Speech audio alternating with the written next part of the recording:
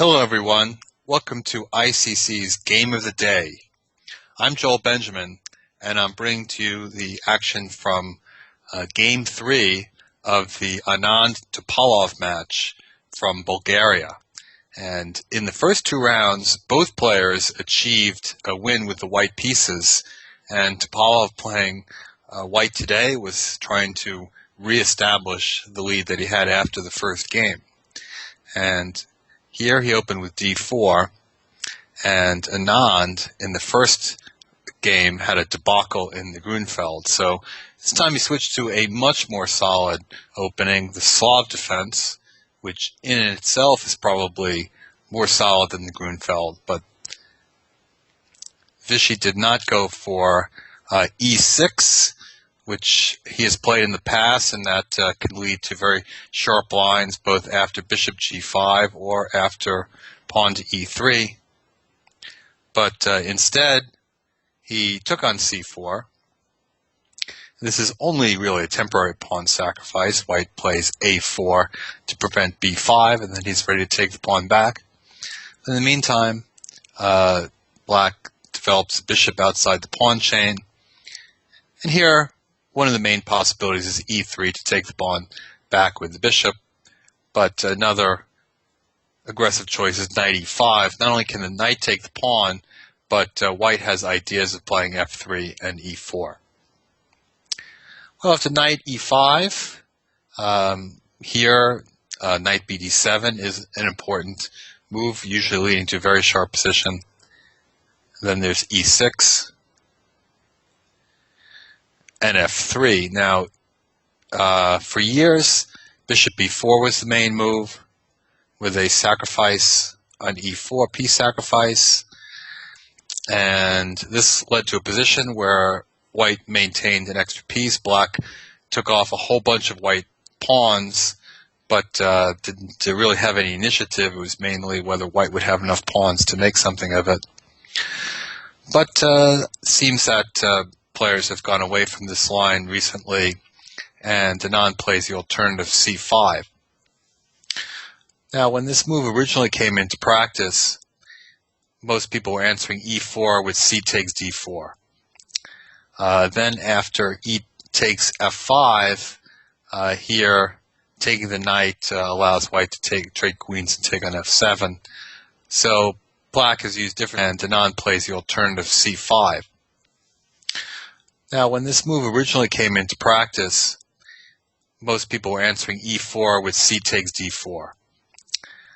Then after e takes f5, here taking the knight allows white to trade queens and take on f7. So black has used different strategies. First to trade the knight, and here white can take on e6, and generally I think get some advantage by giving back the piece either with bishop takes c4, or another possibility is to play queen e2 first, take on e6 and take on c4. White has a bishop pair. And finally, there's a more recent move, bishop b4. Although bishop takes c4, d takes c3, queen takes d8, king takes d8, king e2. I think that black has to tread very carefully in this position. But Anand is going into this with a completely different idea. He plays a move that was really kind of pioneered just a few years ago by Vladimir Kramnik, who used bishop g6 against Topalov himself in their World Championship match. And this is an extremely solid move. Black is going to get a position with a fairly symmetrical pawn formation, no weaknesses, but space for white. Well, Topalov plays the usual move, bishop e3, although it has to be said that d5 has occasionally been tried, and it brings about a position that is probably a little bit more dynamic, although whether it's better for white, I couldn't say. Bishop e3, c takes d4, queen takes d4, and now after this trade, black plays knight f d7. That's some more accurate way to offer the trade. If white declines the trade with knight takes c4, black can play knight c6, and bishop retreats, black can play bishop c5. I think this has occurred, and it doesn't look like black has any problems. So, standard move, knight takes d7, bishop takes c4, and now a6, very sensible move to cover b5. We see that this knight on c3, there's no place really active to go. Bishop on c4 is also a bit limited by the pawn structure. Now rook c1. Topalov, of course, had this position before against Kramnik, and there he played king e2, which leads to slightly different possibilities. Rook to g8, rook hd1, rook c8, b3, and then bishop c5. And black gradually neutralized white's space advantage and made a draw. Of course, Kramnik is very, very good at that. Anand can be as well. And this is perhaps not really Topalov's type of position. He, I think, would like a little bit more action going on. So as I said, he started with rook c1. Anand played rook to g8. And before the Kramnik game, probably a lot of players would look at this and say, if I have to play a move like rook g8, this is not really such a great opening. But by playing that defensive move, the bishop on f8 is now ready to come into the game, and black with king e7 will connect his rooks. The biggest problem for black is this bishop on g6, which is out of the game. The pawn on e4 is neutralizing it. Eventually, black will have to play f6 and reroute it along f7, or as it turns out in this game, g8. h4 seems like a sensible move, although we've seen from some other games that it's a good idea, I think, to wait till black plays rook to g8. In order to do this, there's some lines where black can play bishop c5 without playing rook g8 if the pawns are on h4 and h6, as the bishop capturing on g7 could get trapped. So h6, king e2, and now bishop d6. This is an interesting decision. Black could, of course, try to trade bishops with bishop c5, or rook c8 first even, and bishop c5. Generally, when you have a deficit in space, you're looking to trade pieces. On the other hand, black is not necessarily in a hurry to part with the dark squared bishop. It's strange. In this case, the bishop on d4 is white's most active piece. But its counterpart, the dark squared bishop for black, is technically the good bishop for black, but not just technically, it is the more active bishop, and black has a few pawns which could potentially be fixed on the same color as his bishop on g6. So there is something to be said for not being in a hurry to trade those bishops, maybe to try to cover some squares for a while. The bishop looks solid enough on d6. It kind of asks white, okay, what is your plan going to be? It doesn't look like it's so easy to advance the queenside pawns with the bishop still on the board. Well, h5 makes sense. Drive the bishop to h7. We're going to see that it's going to take Anand a little bit longer to get the bishop into the game from h7 than it would if he got to sit on g6. Now a5, this is an interesting bit of provocation from Topalov, who's really trying to get something to happen. An obvious question is bishop b4. How is white going to answer that? I think it unlikely that he would play the meek rook a1. I don't see the point of rook c1 and a5 if that's what you're going to do, undevelop the rook. I think he would more likely sacrifice the pawn. I think knight a4 is a consistent way to do it. And if bishop takes a5, knight c5. And here's a couple of possibilities. If knight takes c5, bishop takes c5, The bishop is preventing black from easily connecting the rooks. He certainly doesn't really want to run into the d-file, get into a crossfire of the rooks. And so black will have some trouble mobilizing here. Perhaps stronger, probably stronger than knight takes c5 is bishop b6, pinning.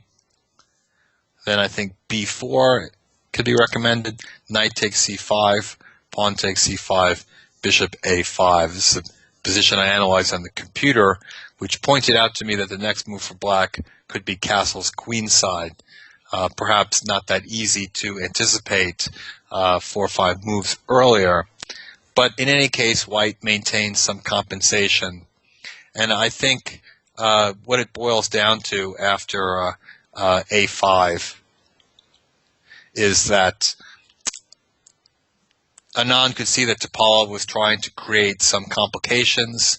I think that his basic plan was not to get distracted by that, to keep a solid position unless there was some reason why he had to divert from that plan, and he does that here. He doesn't go for the forbidden fruit, the poison pawn, possibly poison pawn on a5, and he just continues his mobilization with king e7.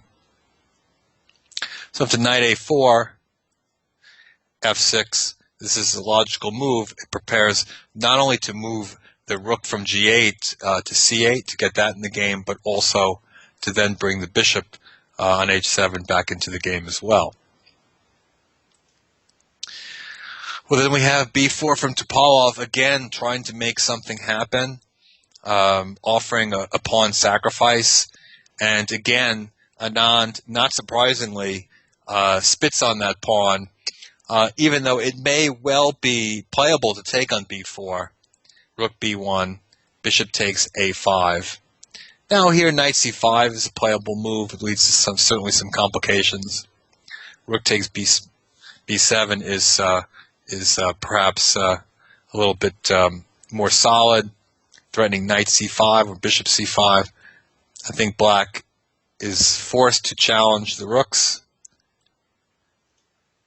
trade a pair of rooks, and then king d6. Doesn't appear that white has any special continuation, although it can be said that other than the king, it's hard for black to move any pieces right now. So I think that white certainly has compensation. I would say sufficient compensation for the pawn, perhaps not more. But since Anand was holding steady in the position anyway, it makes sense for him to decline this pawn sacrifice. You have to remember that the players do not have access to a computer, to a chess engine during the game, so they don't know what perfect play is. They can only analyze and see what they think are the best variations, but they know that they are fallible and they could make mistakes in their calculations. If you're trying to just to maintain equality, it's easier to do that in a fairly simple position than in a complicated position. And Anand is trying to avoid a position where he will give himself opportunities to make mistakes. So instead, rook hc8, again, quite a logical move. And now Topalov, once again trying to make something happen, plays bishop c5. Now to bishop c5, pawn c5, we see that Anand can't take the pawn because of knight b6. And also probably white is now threatening to play knight to b6. Trade of knights would give white a very strong pawn on b6 and give him potential for sacrificing the bishop. Well, we can see that in a moment. Anand plays a very sensible rook to c7. And after knight b6, he does not go for knight takes b6, which looks very, very dangerous. After c takes b6, it appears that this may not be simply winning for white, but black has to play very, very carefully. Rook c6 or rook c5. It doesn't really matter, actually, because white can take on a6. If black doesn't take on c1, rook takes a6, rook takes c6, pawn takes. This is a very amusing variation, b7 and pawn queens. So rook takes c1, rook takes c1. Now pawn takes would be a disaster for black. Rook c7 check. If the king goes anywhere but f8, rook g7 wins the bishop. but king f8, b7 is going to make a queen. So rook takes is forced, and after rook c7 check, again black as a forced move, king d6. If king f8, white takes on b7, rook a7, and again b7, rook a8 is going to cost black his rook. Now after king d6, rook takes g7, or rook takes b7 possibly, rook takes a5, rook takes g7, bishop takes e4, pawn takes e4, rook takes h5. Here black has managed to maintain material equality. It's possible that he can eke out a draw. I guess if you can see the variation all the way out here, you want to go for it, okay, but again, very risky decision for black. Anand, as he does consistently in this game, plays the more sensible move, rook to d8. Now there was some speculation during the broadcast about the move bishop d5. Of course, if black takes that, knight takes d5 check, picks up the rook. But of course, the bishop on d5, it's not doing all that much. It does have a threat of bishop takes b7, and that could be very nice for white. For instance, bishop g8, you take on b7, rook takes b7, c6, rook takes b6, pawn takes b6, knight takes b6, rook b1, and then the rook gets into b7, and I think that is giving white a good position.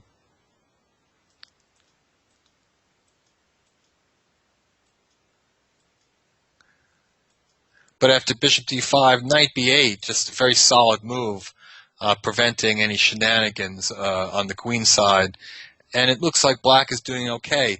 Rook h d1, again, prompting black to try to grab material, and he can. But I'm not sure about this position with this pawn due on the 5th rank. Could give white a good position. The black minor piece is not all that active. But black doesn't have to take the bishop again. After rook h d1, he can play simply bishop g8, which is now threatening to take the piece. And he's looking at redeploying that knight to c6. And suddenly we see that white could have some weak pawns. The a5 pawn could be attacked. And the outposted knight on b6, well, what is it really doing? So rather than going for the flashy move, and it is match play after all, you don't want to risk losing too much, he just trades the knights. Bishop d3, and now white is playing on the advantage of his bishop. First of all, his bishop is already in play, and also there are some targets in the position, b7, and should b7 be either traded off or white plays c6, then the a6 pawn is a target. And I think that Anand played very, very solidly in defense. First, he plays bishop g8, just calmly redeploying the bishop. I had thought that Topalov's idea was perhaps to play rook to b1 here. Rather to play rook c2, and then the other rook coming over to b1 and jump on the b file that way to trade pawns.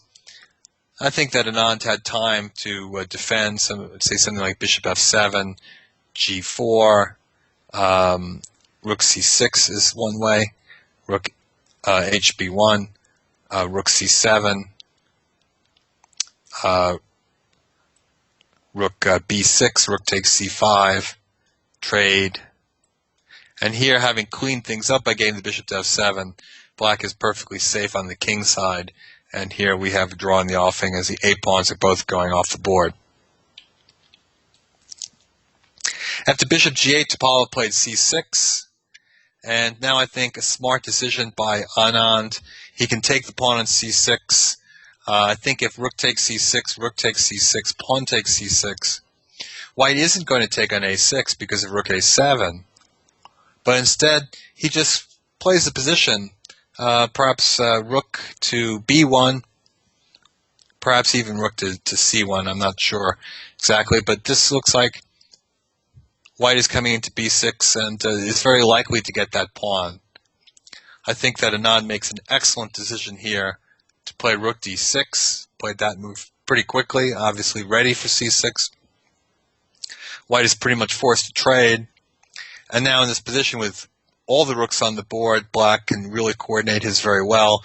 The rook on d6 is an excellent piece, defending a6, but also offering counterplay on the d-file. And I really don't see any substantial advantage for white after this. Rook b1 can be well met by rook d7. During the broadcast, I was wondering about bishop c4. One of our listeners spotted that after rook d2, king e3, e5, nice little trap here. Bishop takes g8, rook d3 mate. But white doesn't have to take the rook. He can take the pawn on a6. So this is not really the way for black to go. However, instead of rook d2, a simple move is rook to c7, attacking the bishop. Well, if white defends, black can double on the c-file, putting white in passive position there. But as the bishop goes back to d3, rook c d7, and there we could find a type of draw that is allowable under Topalov's self-imposed restrictions on offering and accepting draws. So instead, rook to c3, but the c-file is not really as dangerous for white to use as the b-file, which also offers this nice outpost square on b6. So after rook c3, just very calm moves by Anand, first bishop f7. And now, interestingly, the move rook hc1, Topalov delays this for a surprising number of moves. I thought that he would play rook hc1, and this, to me, seemed like his last chance to maybe maintain some advantage. If king d7 to prevent white from invading, rook to c8, this seems to be slightly better position for white. Black, of course, has to be keep honest with the rook on b7. If he moves it away and doesn't maintain check, for instance, rook b2, king e3, rook b3, there's a mate here on c7. So I think that will maintain some initiative, rook c8. Perhaps black should continue with his idea of just bishop e8, just sort of clogging things up there. It's not easy for white to make progress, but I think that here, at least white could have some advantage. If bishop takes pawn h5, I think rook g8 would be kind of unpleasant, getting ready to take back that pawn on g7.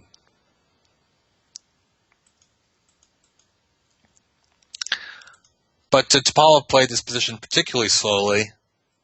He played king e3, which is useful, but giving black time to bring the bishop back.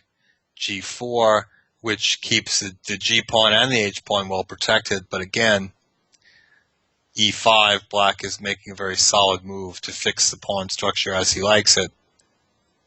And now finally rook hc1, but after bishop d7, black is so well barricaded in the center, hard to see what white can do.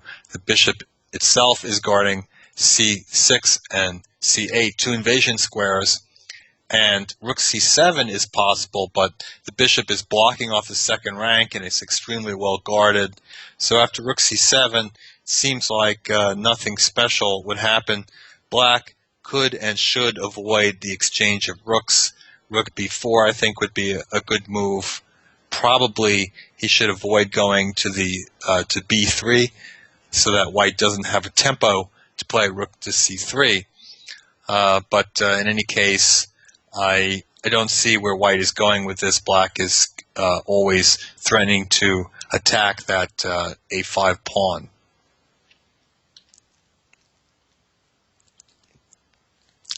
Well, now Topalov played rook to c5, and I have to say I don't really know what the idea of that was. I think that a move like rook to b4 would be quite solid here. I kind of have the feeling that Topalov at this point was already acknowledging that his winning chances were gone. But of course, by his no-draw policy, he had to continue to play. Well, I say rook b4 looks pretty solid, but Vichy took the opportunity to play bishop b5 after white moved that rook to c5. Now, on a move earlier, bishop b5 would have been a mistake, and white could play rook to b1, pinning.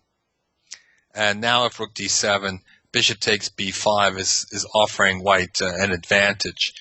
If pawn takes rook cb3, wins the b5 pawn, and that's going to be a tough endgame for black to hold.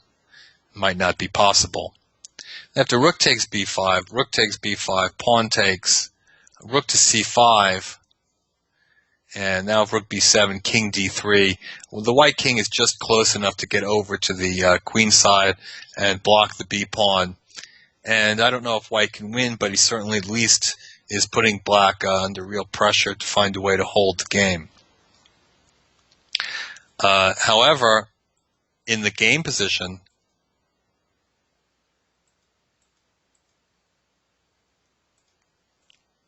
after rook to c5, now white does not have this pinning move rook b1.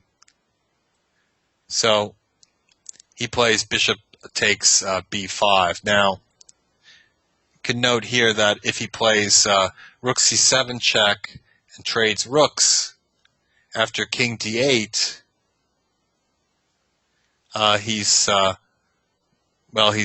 forced to play rook back to c3. I think that it's possible that even rook d7 can draw here because of this king and pawn doesn't seem to be winning for white. But we'll see it from a different angle. King d8, rook c3. Here black can just take on d3. We have a position where both sides have squares they can sit on to prevent the other king from getting in, and there aren't any useful pawn breaks on the king side, so that would be a draw. Now, actually, this other ending with rook d7, I think this is a draw too. At least I thought so during the game. King d3, king c7, king c3, king b7. This is important. Black waits for the white king to come to b4 before playing king a6. Now that looks like that wins for black, but of course white doesn't have to play king b4. He can play king b3, and we can have a kind of eternal waiting game.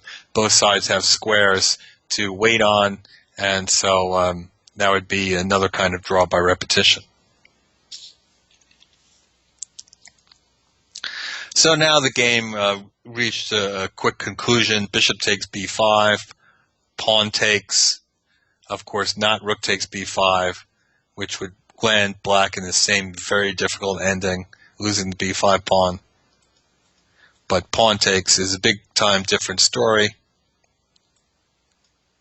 Okay, after that trade, I was a bit surprised that Topalov didn't try rook c7 check here, but then that good move for black is rook to d7. That's kind of winning a tempo over rook takes c7, because if white trades either on d7 or on b7, black is maintaining that rook on the b file, and this is a very useful extra tempo, preventing white from really getting a good squeeze on. If rook to c5, king d6, rook d5, king c6, king d3. We see white really needs to have the king on c3. In that case, he would have winning chances. But here, black can just play rook a7 and get to the a pawn. So white doesn't really doesn't have the opportunity to get winning chances there. Another way he could go is a6, rook a7, rook c6. King d6, but here he kind of runs out of room for his rook, king c7, and white is forced to liquidate pawns, again with a dead draw. So Topalov just, he played continuation, which was clearly going to lead to a draw, rook a6, and king d3, rook ba7. And here we just have a liquidation. Now, under normal circumstances, the players would just agree to a draw here, but with Topalov stating that he would not offer or accept draws, we had really kind of a silly situation where Topalov had to call in the arbiter to demonstrate that the game had to be a draw, first by playing, well, a somewhat silly move, King E2, and both players were demonstrating that there was this somewhat contrived repetition of moves.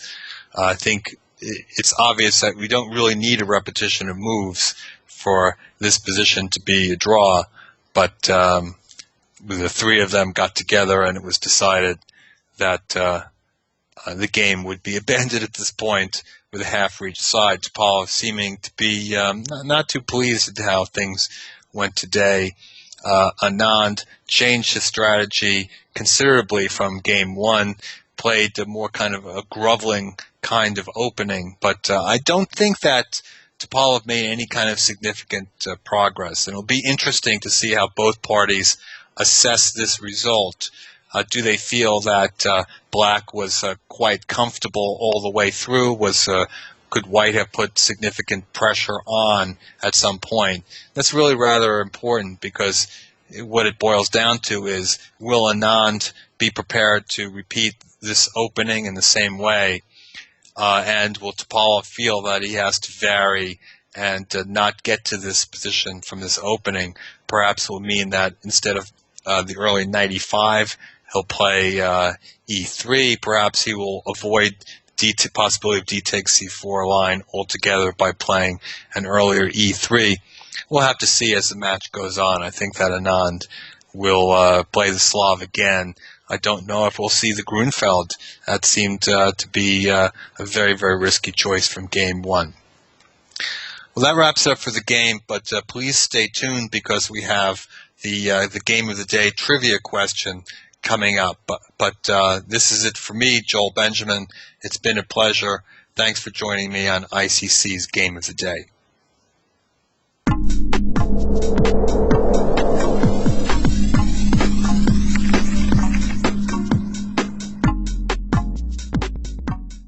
Hello again. It's time for more Game of the Day trivia.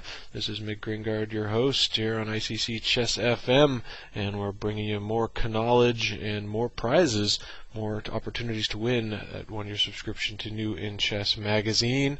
Let's get right to it here, and we have the answer to yesterday's question first off for Game 2, and it was this. Anand first played Topalov at a tournament in Spain that was won by a Chilean.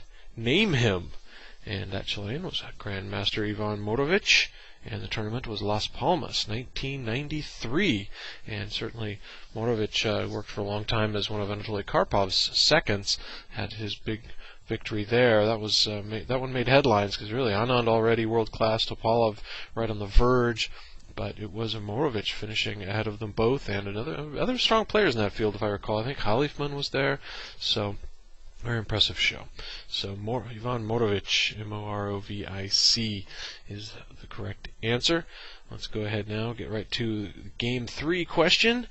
And this one gets a little more complicated. A little longer. You're going to have to pay attention here, class. Okay, no more of this easy weekend trivia stuff. Alright, here it is. Since Anand entered the World Elite in 1991, kind of roughly marking it to where he hit the top 10 caliber there, he has only lost 5 classical games in 25 moves or fewer. Or if you want to talk about the game as a whole, you can say 25 moves or less, but we don't get too picky here. 25 moves or fewer. The usual definition of a miniature, what we call a miniature. Now, among those 5 losses are included 1 to Topalov, another to Aronian, and 3 against whom? Who managed to beat Vishy Anand in 25 moves or fewer 3 times in classical games? The classical, you know what I mean. I'm not talking blitz. I'm not talking blindfold, simul's, rapid, Fisher random, none of that. Talking classical, straight up, 8-hour, butt-in-a-seat chess. Not necessarily. Obviously, these games didn't last 8 hours. That would have been a rather brutal time control. They were miniatures, 25 moves or less. Again, He's only lost 5 games, 25 moves left since entering the World Elite.